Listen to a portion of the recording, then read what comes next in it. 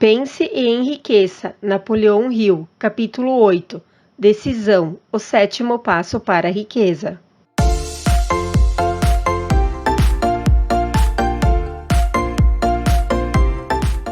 Seja bem-vindo ao canal A Mente Cria Sua Vida.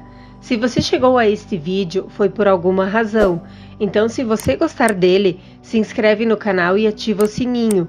Assim você será avisado sempre que postarmos conteúdos novos. Curta e comenta e compartilha. Fique agora com o capítulo 8, Decisão, o 7º passo para a riqueza. A análise apurada da vida de mais de 25 mil homens e mulheres que haviam experimentado algum tipo de fracasso apontou para o fato de que a falta de decisão estava perto do topo da lista das 30 principais causas de fracassos. Isso não é apenas teoria, é fato. O hábito de adiar as tarefas, a procrastinação, é o oposto da decisão e um inimigo muito comum. Praticamente todas as pessoas precisam trabalhar esse aspecto. Ao terminar de ler este livro, e com a disposição de colocar em ação os princípios descritos, você terá a oportunidade de testar a sua capacidade de alcançar decisões rápidas e precisas. A observação de centenas de donos de fortunas, bem além da marca de $1 milhão, revelou o fato de que todos têm o hábito de tomar decisões rapidamente e alterá-las lentamente. Isso quando fazem alterações. Por outro lado, aqueles que não conseguem acumular dinheiro, sem exceção, têm o hábito de tomar decisões, quando tomam, muito devagar, bem como de alterá-las rápida e frequentemente. Uma das mais notáveis qualidades de Henry Ford era seu hábito de tomar decisões com rapidez e determinação, e de alterá-las lentamente. Essa qualidade era tão patente em Ford que lhe valeu a reputação de homem obstinado. E foi ela que o levou a manter a fabricação do famoso modelo, entre aspas, T, o carro mais feio do mundo, quando todos os consultores e muitos compradores insistiam em que fossem feitas alterações. Talvez Ford tenha esperado demais para fazer a mudança, mas o outro lado da história é que sua firmeza de decisão lhe rendeu uma enorme fortuna antes que a alteração no modelo se fizesse necessária. Não há como negar que a determinação de Ford chega às raias da obstinação, mas essa característica é preferível à lentidão na tomada de decisões aliada à rapidez na alteração. Em geral, as pessoas que não conseguem acumular dinheiro suficiente para cobrir as próprias necessidades deixam-se influenciar pela opinião dos outros, permitindo que meios de comunicação e mexericos da vizinhança pensem por elas. Opiniões são a mercadoria mais barata da face da terra. Todo mundo tem várias delas prontas para serem passadas a quem quiser recebê-las. Se você se deixar influenciar pelas opiniões ao tomar uma decisão, jamais terá sucesso em qualquer empreitada, inclusive na transformação do seu desejo em dinheiro. Quando somos influenciados pela opinião alheia, abrimos mão dos nossos desejos. Ao colocar em prática os princípios descritos neste livro, siga suas opiniões, tome a decisão e siga-a. Não confie em quem quer que seja, exceto naqueles que fazem parte do seu grupo de mente mestra, e tenha muito cuidado na seleção. Escolha apenas quem tiver simpatia pelo seu propósito e estiver em harmonia com ele. Amigos íntimos e parentes, embora não pretendam, frequentemente prejudicam, emitindo opiniões ou ridicularizando-o sob uma capa de humor. Milhares de homens e mulheres carregam pela vida complexos de inferioridade porque tiveram a autoconfiança destruída por uma pessoa bem intencionada, mas ignorante. Você tem uma mente e um cérebro. Use-os e tome as suas decisões. Se precisar de fatos ou informações para isso, como provavelmente vai acontecer, pesquise, mas sem revelar as suas intenções. É característica daqueles que têm apenas um conhecimento superficial, de fachada, tentarem impressionar, aparentando saber muito mais. Em geral, esses indivíduos falam muito e ouvem pouco. Se quiser adquirir o hábito de decidir prontamente, mantenha os olhos e ouvidos abertos e a boca fechada. Quem muito fala, pouco realiza. Se falar mais do que ouve, você não apenas perderá a oportunidade de adquirir novos e úteis conhecimentos, como irá revelar os seus planos e objetivos a pessoas invejosas, que terão prazer em atrapalhar. Lembre-se também de que toda vez em que abre a boca diante de um profundo conhecedor de determinado assunto, você expõe o seu nível de conhecimento ou a falta dele. O saber genuíno se manifesta pela modéstia e pelo silêncio. Tenha sempre em mente o fato de que a pessoa que se associa a você também procura uma oportunidade de ganhar dinheiro. Se você, inadvertidamente, revelar os seus planos, poderá surpreender-se ao descobrir que alguém passou à sua frente e os colocou em prática. Uma das suas primeiras decisões deve ser a de manter a boca fechada e os olhos e ouvidos abertos. Para não se esquecer de seguir esse conselho, escreva com letras bem grandes e deixe-a fixada em algum local para o qual você possa olhar diariamente a seguinte frase. Abre aspas. Diga ao mundo o que você pretende fazer, mas mostre primeiro. Fecha aspas. Isso equivale a dizer que, abre aspas, o que mais conta são os atos e não as palavras. Fecha aspas. Independência ou morte na decisão. O valor de uma decisão depende da coragem necessária para cumpri-la. As decisões mais importantes, que serviram de base à civilização, foram cumpridas em meio a sérios riscos, inclusive com a possibilidade de morte.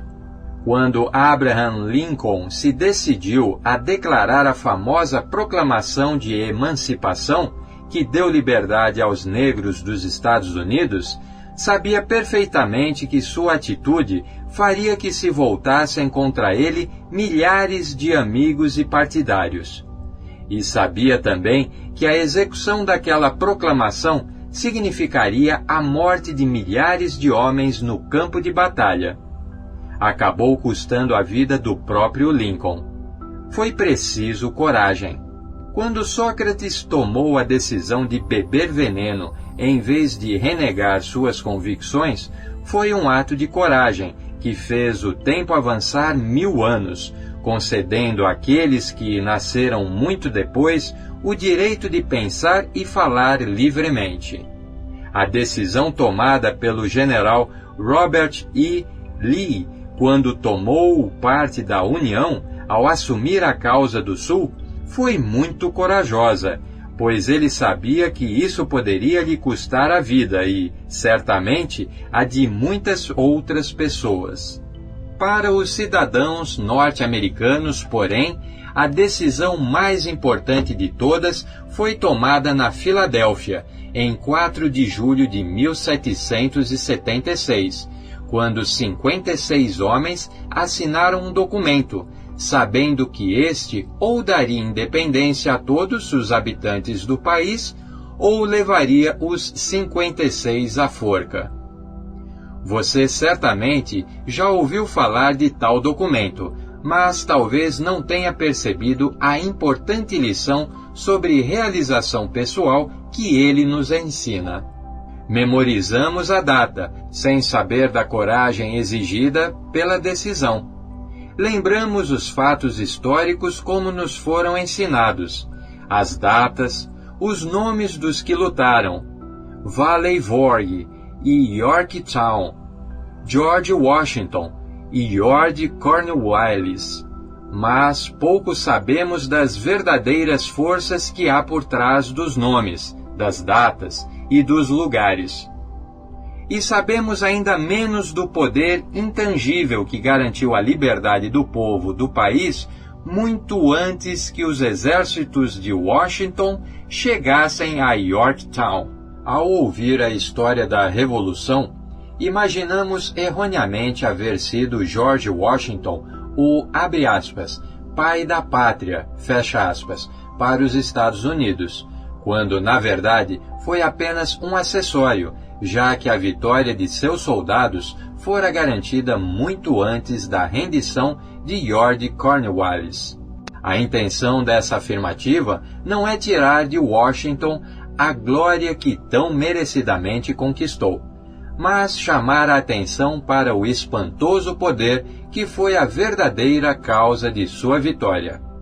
É uma pena que os historiadores não tenham feito a menor referência ao poder irresistível que deu origem à liberdade à nação destinada a estabelecer novos padrões de independência para todos os povos da Terra. Lamento, porque o poder é o mesmo a ser utilizado por todo indivíduo que pretenda superar dificuldades e obter o máximo da vida. Vamos fazer uma breve revisão dos fatos que deram origem a esse poder. A história começa com um incidente em Boston, em 5 de março de 1770. Soldados britânicos patrulhavam as ruas, intimidando com sua presença os habitantes. Estes se sentiram agredidos por aqueles homens armados, que marchavam em meio a cidadãos comuns, e passaram a expressar abertamente seu desagrado, atirando pedras e gritando palavras de ordem. Até que o comandante ordenou: "Preparar baionetas! Avançar!" A batalha começou, resultando em mortos e feridos. O incidente causou tal comoção que a Assembleia Provincial, composta de eminentes cidadãos, convocou uma reunião para decidir que atitude tomar. Entre os participantes estavam John Hancock e Samuel Adams. Vida longa a seus nomes! Eles falaram corajosamente, defendendo a ideia de que deveria ser tomada alguma providência para expulsar de Boston todos os soldados britânicos. Lembre-se disto: a decisão tomada na mente de 2 homens pode ser considerada o início da liberdade de que, hoje, desfruta o povo dos Estados Unidos. Lembre-se também de que a decisão daqueles 2 homens exigiu fé e coragem, porque era perigosa. Samuel Adams foi indicado para ir até o governador da província, Hutchinson, solicitar a retirada das tropas britânicas. A solicitação foi atendida e as tropas foram retiradas de Boston, mas o incidente não se encerrou aí. Como consequência, foi alterada toda uma tendência da civilização. Não é estranho que grandes mudanças, como a Revolução Americana e a Guerra Mundial, comecem frequentemente por circunstâncias aparentemente sem importância?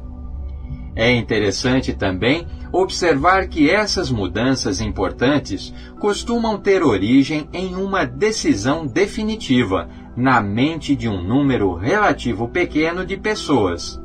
Poucos conhecem tão bem a história dos Estados Unidos para reconhecer que John Hancock, Samuel Adams e Richard Henry Lee, da província de Virgínia, são os verdadeiros pais da pátria. Richard Henry se tornou parte importante dessa história pela correspondência trocada com Samuel Adams, em que comentavam seus medos e esperanças acerca do bem-estar da população de suas províncias. Foi daí que Adams teve a ideia de estender a troca de cartas a todas as 13 colônias, de modo a coordenar os esforços necessários à solução dos problemas comuns. Em março de 1772, 2 anos depois do combate nas ruas de Boston, Adams apresentou essa ideia à Assembleia, propondo a criação de um comitê de correspondência, com um representante em cada colônia, abre aspas, a fim de estabelecer uma cooperação amigável para o bem das colônias da América Britânica, fecha aspas. Preste atenção neste fato. Foi o começo da organização do imenso poder que daria liberdade ao novo país. A mente mestra estava organizada. Adams, Lee e Hancock. Abre aspas. E digo ainda que, se 2 de vocês se unirem para fazer um pedido, ele será atendido pelo meu Pai, que está no céu. Fecha aspas. O comitê de correspondência foi instalado. Observe que, com a inclusão de representantes de todas as colônias, crescia o poder da mente mestra, por meio do primeiro planejamento organizado dos colonos descontentes. A união faz a força. Os cidadãos das colônias vinham de combates desorganizados contra os soldados britânicos, em incidentes similares à revolta de Boston, sem qualquer resultado. As queixas individuais ainda não estavam consolidadas na mente mestra. Antes de Adams, Hancock e Lee, nenhum grupo havia reunido corações, mentes, almas e corpos em uma decisão definitiva para enfrentar de uma vez por todas suas dificuldades. Enquanto isso, os ingleses não estavam inertes. Faziam também seu planejamento e organizavam sua mente mestra, com a vantagem de contar com recursos como dinheiro e tropas organizadas. A coroa britânica indicou Gage para substituir Hutchinson no governo de Massachusetts. Um dos primeiros atos do novo governador foi enviar um mensageiro ao encontro de Samuel Adams para tentar convencê-lo a interromper a oposição, através do medo. Para entender melhor o espírito do que aconteceu, vamos ver como foi a conversa entre o coronel Fenton, o mensageiro enviado por Gage, e Adams. Coronel Fenton, abre aspas, fui autorizado pelo governador Gage a garantir-lhe, Sr. Adams, que ele está disposto a conceder-lhe benefícios. Tentativa de conquistar Adams com promessa de suborno, sob a condição de que prometa interromper a oposição às medidas do governo. O governador o aconselha a não continuar causando aborrecimentos à sua majestade.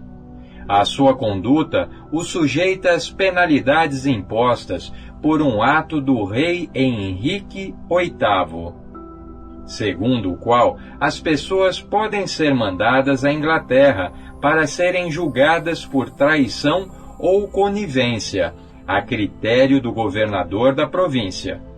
No entanto, se mudar a sua orientação política, não apenas receberá grandes vantagens pessoais, como fará as pazes com o rei. Fecha aspas. Entre duas opções, Samuel Adams tinha de tomar uma decisão: interromper a oposição e receber vantagens pessoais, ou manter a oposição e correr o risco de ser enforcado. Adams foi forçado a tomar naquele momento uma decisão que poderia custar-lhe a vida. A maioria dos homens teria dificuldade em decidir e optaria por uma resposta evasiva. Mas não Adams. ele insistiu para que o coronel Fenton desse sua palavra de honra, prometendo transmitir sua resposta para o governador com aquelas mesmas palavras. Resposta de Adams, abre aspas. Pode dizer ao governador Gage que há muito tempo fiz as pazes com o rei dos reis. Nenhuma consideração pessoal me faria abandonar uma causa justa. E diga ao governador Gage que Samuel Adams o adverte de que não se deve ofender os sentimentos de um povo exasperado. Fecha aspas. Nem é preciso comentar o caráter desse homem. Quem quer que leia a surpreendente resposta de Adams percebe que se trata de um indivíduo da mais alta lealdade. E isso é importante. Escroques e políticos desonestos corrompem a honra, qualidade pela qual morreram homens como Adams. Quando o governador Gage recebeu a resposta mordaz de Adams, ficou furioso e emitiu uma proclamação que dizia, abre aspas, venho, por meio desta, em nome de Sua Majestade, oferecer e prometer seu bondoso perdão a todos que imediatamente depuserem suas armas, retomando os deveres de cidadãos pacíficos. Ficam excluídos do benefício do perdão Samuel Adams e John Hancock, cujas ofensas foram de natureza tão abominável que não admitem outra consideração a não ser a punição merecida. Fecha aspas.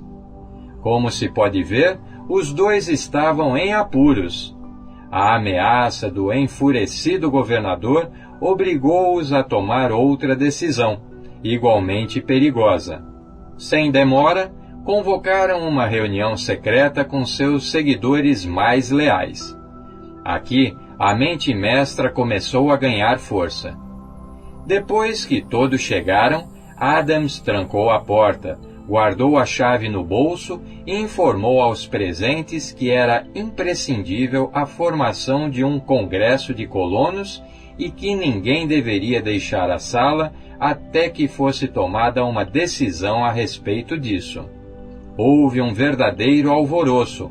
Alguns apontaram as possíveis consequências de tal radicalismo.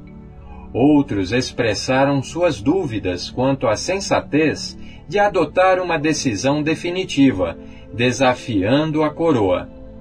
Entre os homens trancados naquela sala, 2 eram imunes ao medo, cegos à possibilidade de fracasso: Hancock e Adams. Influenciados pelas mentes dos 2, os outros se convenceram da necessidade de preparar, por meio do Comitê de Correspondência, o primeiro Congresso Continental, a acontecer na Filadélfia em 5 de setembro de 1774. Guarde bem essa data. É mais importante do que 4 de julho de 1776. Se não fosse tomada a decisão de organizar tal congresso, talvez não fosse assinada a Declaração de Independência. Antes da primeira reunião do Congresso recém-criado, um novo líder, de outra região do país, preparava um trabalho sobre os direitos da América Britânica, Summary View of the Rights of British America. Era Thomas Jefferson, da província da Virgínia, cujo relacionamento com Lord Dunmore, representante da coroa em sua província, era tão hostil quanto o de Hancock e Adams com o governador. Pouco depois de publicar seu importante trabalho, Jefferson foi informado de que estaria sujeito à acusação de alta traição contra o governo de Sua Majestade. Instigado pela ameaça, um de seus colegas, Patrick Henry, corajosamente opinou, concluindo sua fala com uma frase que se tornou clássica. Abre aspas. Se é para sermos considerados traidores, vamos fazer isso direito. Fecha aspas. Homens como esses, sem poder, sem autoridade, sem forças militares, sem dinheiro, foram os que reuniram em solene consideração ao destino das colônias, começando com o primeiro Congresso Continental e continuando a intervalos de 2 anos, até que, em 7 de junho de 1776, Richard Henry Lee tomou a palavra e fez o seguinte discurso, deixando os ouvintes surpresos. Abre aspas. Senhores, proponho que estas colônias unidas, que têm o direito de ser estados livres e independentes, sejam liberadas da obediência à coroa britânica e que a sua conexão política com a Grã-Bretanha seja totalmente dissolvida. Fecha aspas. A admirável proposta de Lee foi discutida exaustivamente, a ponto de fazê-lo perder a paciência.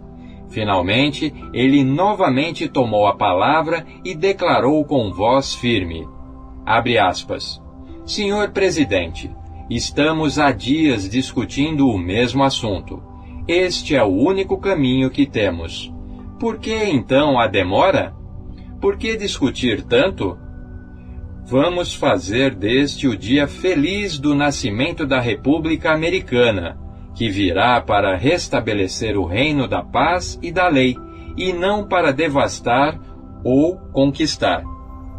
Os olhos da Europa estão fixos em nós, à espera de um exemplo vivo de liberdade, que pode revelar um contraste entre a felicidade dos cidadãos e uma tirania cada vez mais intensa. Fecha aspas. Antes que a proposta fosse finalmente votada, Lee teve de voltar à Virgínia, devido a uma doença grave na família. Antes de partir, porém, entregou a causa ao amigo Thomas Jefferson, que prometeu lutar até chegar a um desfecho favorável. Pouco tempo depois, Hancock, que presidia o Congresso, indicou Jefferson para a presidência do comitê, encarregado de redigir a Declaração da Independência. O comitê trabalhou longa e dedicadamente na preparação do documento que, depois de aceito pelo Congresso, significaria que todos aqueles que o assinassem estariam assinando a própria sentença de morte, caso as colônias fossem derrotadas na luta contra a Grã-Bretanha, que certamente ocorreria em seguida.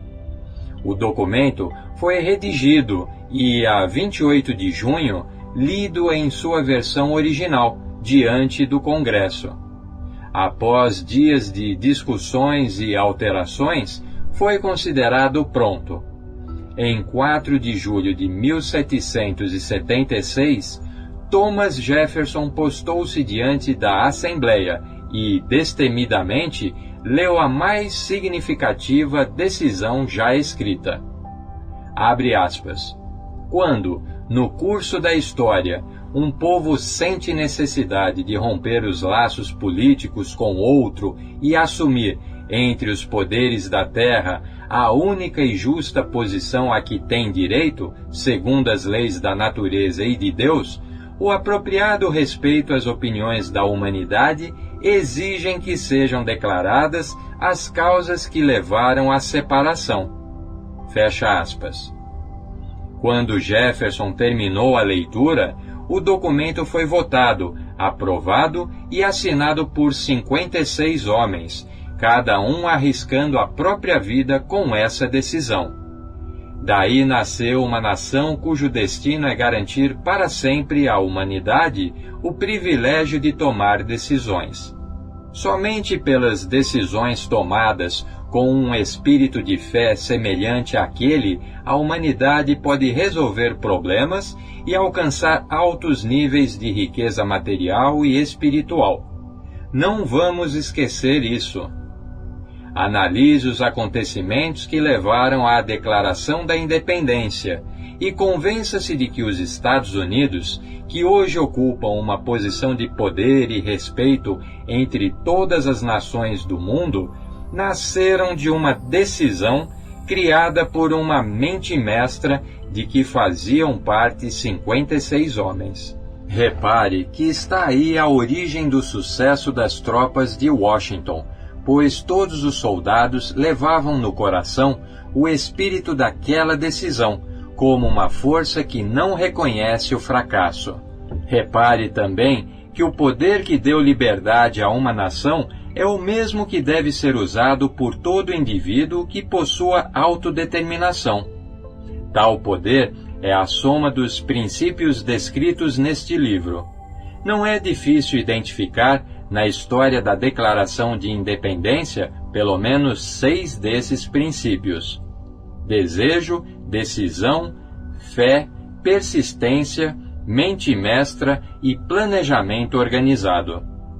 Nessa filosofia encontra-se a sugestão de que o pensamento, quando apoiado por um forte desejo, tem a tendência de se transformar em seu equivalente físico. Antes de seguir adiante, quero deixar uma sugestão e dizer que, tanto nesta história quanto na da United States Steel Corporation, é possível encontrar uma descrição perfeita do método pelo qual o pensamento produz essa transformação espantosa. Na sua busca pelo segredo do método, você não vai encontrar um milagre. Não espere por ele, portanto. Vai achar apenas as eternas leis da natureza, disponíveis para quem quer que tenha a fé e a coragem de usá-las, seja para dar liberdade a uma nação ou para acumular riquezas. Basta apenas respeitar o tempo necessário para entendê-las e tomar posse delas. Aqueles que tomam decisões com firmeza e rapidez sabem o que querem e geralmente o conseguem. Os líderes de todos os setores decidem firme e rapidamente, por isso são líderes. O mundo costuma abrir espaço para quem demonstra, com palavras e atitudes, que sabe aonde vai. A indecisão é um hábito que, na maioria das vezes, começa na juventude e permanece por muitos anos, durante o colégio e até mesmo na faculdade, quando não há certeza de propósito. A maior deficiência de todos os sistemas educacionais é o fato de não ensinarem nem incentivarem o hábito de tomar decisões definitivas. Seria interessante se as faculdades só permitissem o ingresso dos alunos que, no ato da matrícula, declarassem qual o seu principal objetivo. E seria melhor ainda se, já no ensino fundamental, os estudantes treinassem o hábito de decidir, inclusive com avaliação ao fim de cada ano letivo. O hábito da indecisão, adquirido pela deficiência dos sistemas educacionais, acompanha a pessoa até a vida profissional. Isso se ela escolhe uma profissão. Em geral, o jovem recém-formado aceita o primeiro trabalho que encontra, porque se acostumou à indecisão. Hoje em dia, 98 de cada 100 assalariados ocupam empregos que aceitaram por falta de certeza de decisão para planejar uma posição definitiva e por falta de tato na escolha de um empregador. A certeza de decisão sempre exige coragem, muita coragem às vezes. Aqueles 56 homens arriscaram a vida ao decidirem assinar a Declaração de Independência. Quem toma a decisão definitiva de procurar determinado emprego e está disposto a pagar o preço, não arrisca a vida, mas a liberdade econômica. Independência financeira, riqueza e sucesso na carreira escolhida não estão ao alcance de quem deixa de esperar, planejar e procurar. Aquele que desejar riqueza com o mesmo espírito que Samuel Adams desejou a liberdade para as colônias, certamente vai conseguir. No capítulo sobre planejamento organizado, você encontrará instruções completas sobre o marketing de todo tipo de serviço pessoal, além de informações detalhadas sobre como escolher o empregador e o emprego.